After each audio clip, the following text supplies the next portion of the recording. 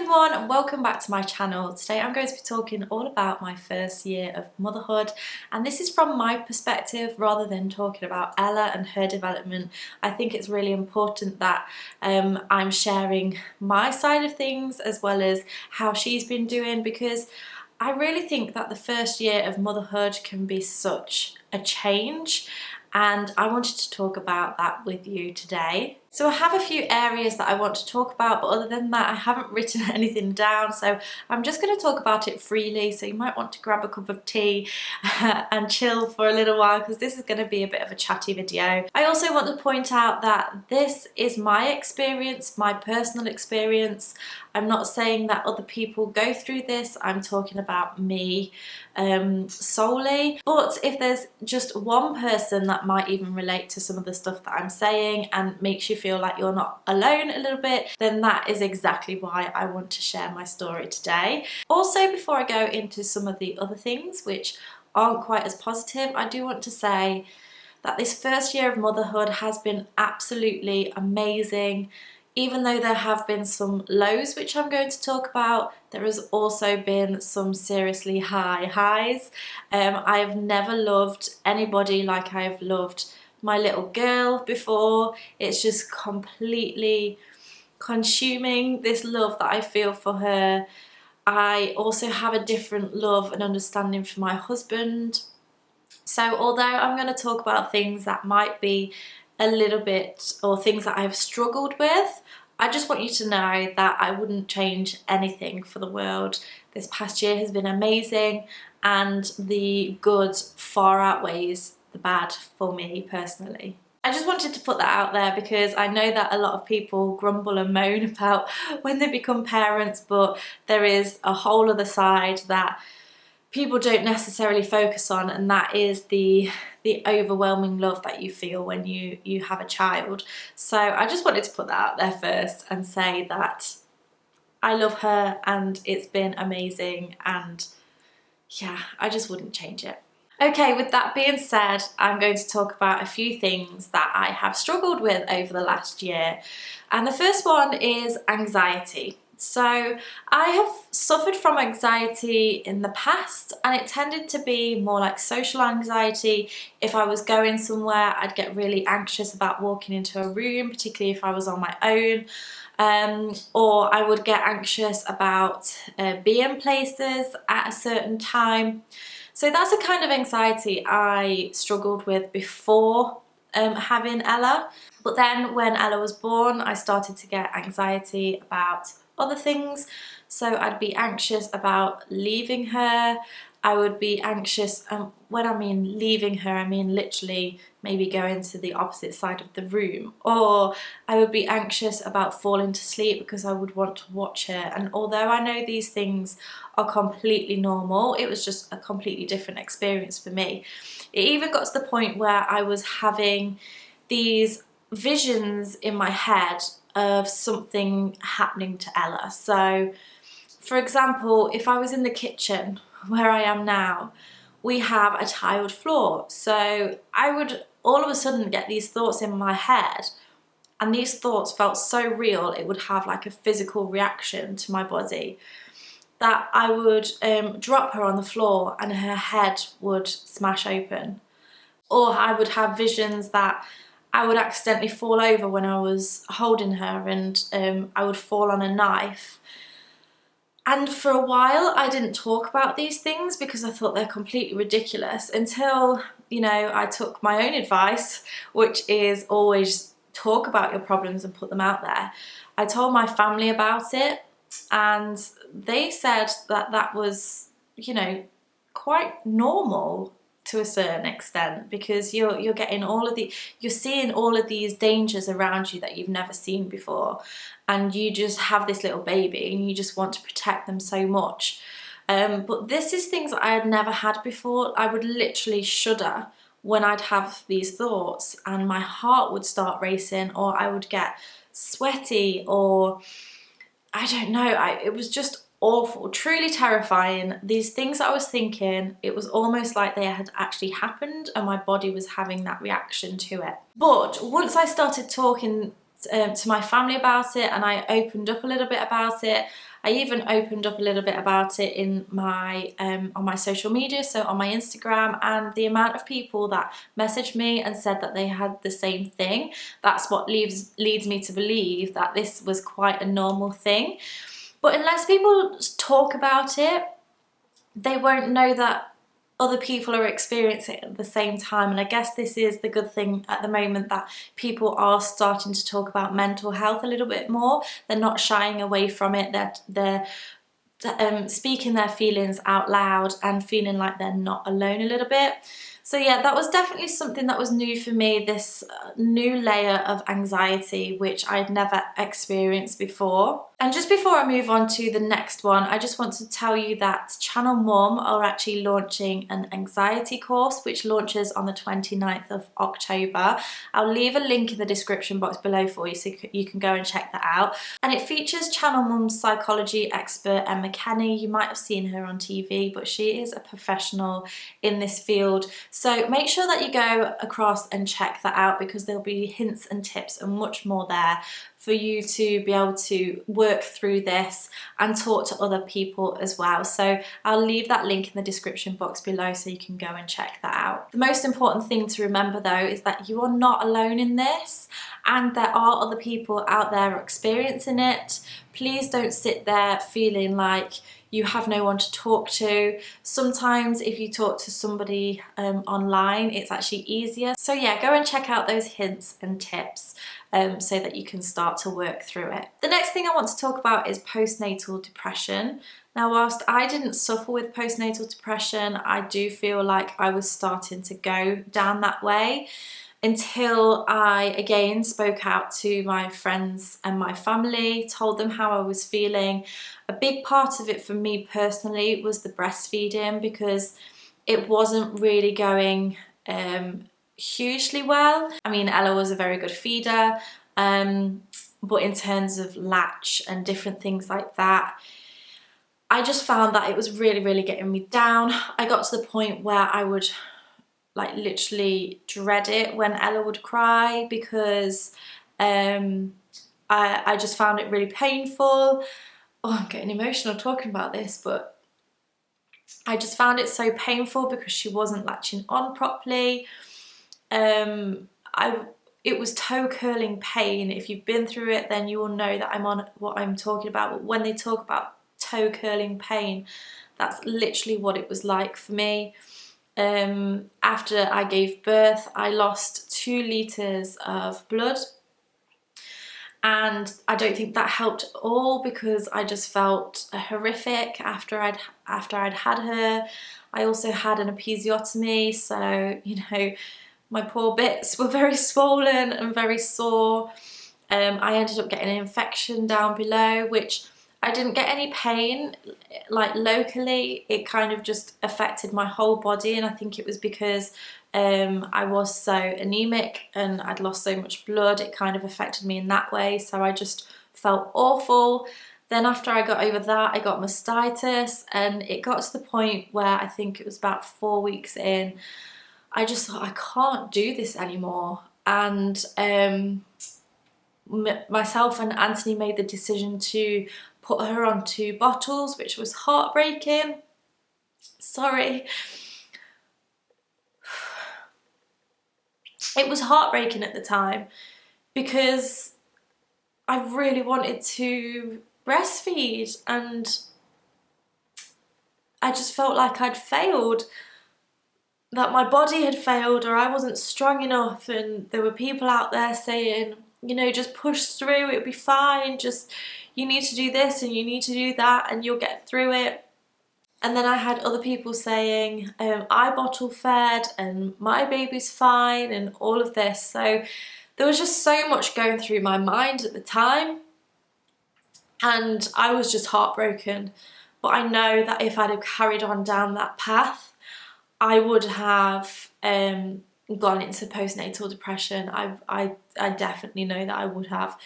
So although it was really hard for me, and I literally cried the first time my husband gave Ella the bottle, I also felt an immediate sense of relief, and I knew that was the best decision that we could have we could have made as a family. Sorry for getting emotional. Where did that come from? But yeah, postnatal depression, as I say, it's not something that I did suffer with, but I think I could have quite easily gone down that path. So again, make sure that you are talking to people around you and saying your feelings out loud. I guarantee that nobody's going to call you silly for thinking these particular things, and your family and friends will be there to support you. So the next thing I want to talk about is overwhelm. So I have a tendency to get quite overwhelmed anyway, because I tend to pile a lot of things on my plate. It's just my nature. I think if I didn't have things on my plate, I would just be extremely bored. I am the type of person who likes to have projects, that likes to be doing different things, that likes to push and stretch myself. I'd say over this past year, I have been struggling with overwhelm in different ways. I have still been keeping up with this channel and my other channels, so I started my videos back up again on my crochet channel that I have. After about 3 months after having Ella, I only planned on taking about 4 weeks off, but because of the way that I felt, I took a bit longer off, and my audience on that channel was so supportive with that. On this one, I started doing a few more videos a bit earlier than that, just because I found it easier to do. It was my life, and it was just a matter of like filming them rather than sitting down and doing tutorials and things. So yeah, that is, I'm lucky enough for this to be my job now, so this is what I do. But I also felt a pressure to get back to things because it is my job, you know. I felt like if I was away for too long, people would forget who I was or wouldn't be interested in anymore. And yeah, these are all things that were going through my head. So as well as having a baby, I started my videos back up again, and then there was other things that I needed to keep on top of. In most recent months, like, things have been sort of growing and growing and growing, which is absolutely amazing. I have big ambitions for my channel, for my brand and all of that. But with that comes a lot of responsibility, and even just things like doing my accounts or responding to emails and keeping on top of comments and messages and things like that, as well as trying to be creative and film and edit. For one person, I realised that I was doing so many jobs that it's no surprising it was overwhelming for just one person to do all those things and also have a baby, essentially. I mean, she's 1 now, so I can't call her a baby anymore, I don't think. So yeah, it was very overwhelming. And then, not to mention, keeping on top of the housework, keeping everything clean and tidy, making sure you're keeping on top and on track of the bills. Just all of these things for me just stacked one on top of the other, to the point where there was one point where I just didn't do anything because I just needed to stop. And there have been a few periods of time over this first year where I have had a little bit of a break, and that break for me has been really, really worth it. It's also overwhelm on a different level as well. Before I became a mum, I was doing videos all about cleaning videos and like the pregnancy. Well, actually this probably started with pregnancy, but I was doing a lot of the craft and the crochet tutorials. And then as soon as I felt pregnant, I started getting an overwhelming amount of opinions and I don't know, messages in response to things that I might say if I was talking about a particular part of my pregnancy, and that kind of got worse after I'd had Ella. So all of a sudden I'm getting all of this advice, criticisms, all of these different things, which, yes, I know I make videos and I talk about things to share my experiences, but then when you get attacked for having a certain opinion or a certain way of doing things, that was hugely overwhelming for me. And that's one of the biggest things I've had to get used to over the last year. I think to a certain extent, yes, it comes with the job and the territory of what I do. If I put my life out there, of course, people are going to have opinions. But what I found hard was to take those opinions which didn't necessarily need to be said. You know, you can have your opinion, but it doesn't necessarily mean that you need to say it to somebody else, because if you have to say no offense but before you write something, then you probably shouldn't say it. And I'm a big believer in being honest, but I would never say something to somebody in order to try and attack them in any way. And some of these people, trolls we might call them, would say things seemingly deliberately to try and get a reaction or to try and belittle me. And it's not just me that gets them, it's other people as well. But I found that really hard to take, and that's taken a little bit of getting used to be able to learn how to deal with that and to just shrug it off and move on. And my point of view for it now is just to think, you know, I know that I'm doing what's best for my family, for my baby, or my little girl, my 1-year-old. I need to stop saying baby. I know that I'm doing what's best. And Anthony and I are doing a good job at raising our little girl. She's amazing. And those people who want to spread negativity have obviously got things going on in their own lives which causes them to react to other people in that way. So I try not to take it to heart and just come with the view that they might have some other things going on in their life which causes them to behave in that way. So I hope that I kind of explained that well, but yeah, overwhelm in that way has been a big one for me over this last year. And then the last thing I want to talk about is imposter syndrome. If you've not heard of imposter syndrome, I'm going to get the definition of it up for you now, because I relate to this so much, and it's something that I've discovered recently. And as soon as I read it to myself, I'm like, that is how I've been feeling. That completely sums up everything that I've been feeling. So I'm going to read it out to you. Imposter syndrome is a psychological pattern in which the individual doubts their accomplishments and has a persistent internalized fear of being exposed as a fraud. So that's it in a nutshell. But basically what it is when people who have evidence that they are doing well, and it's clear to see, but internally they feel like they don't deserve it. And what I mean by that, and I'm going to do this as an example. So I have my followers across this channel and my other channel, and it's quite a substantial number. It's a number that I should be proud of, and I am proud of it.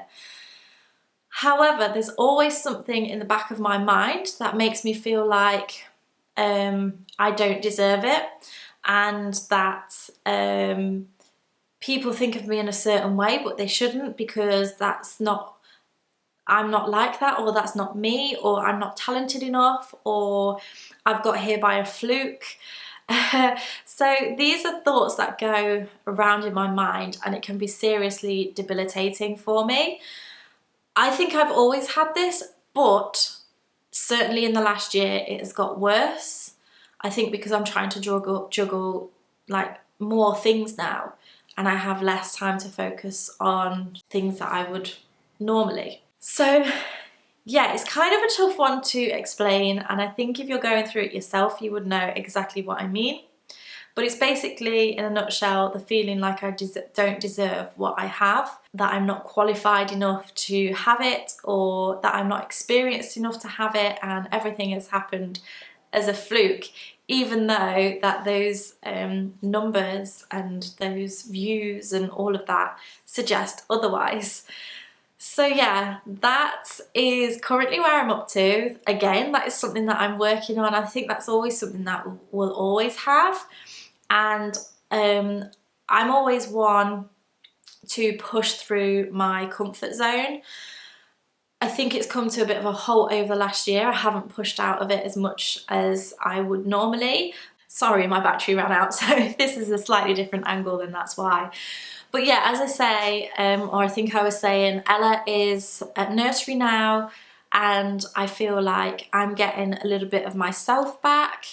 I feel like I'm getting a bit of my drive and determination and ambition back. So I think those thoughts will slowly fade away a little bit. I think part of it is my nature and just who I am as a person.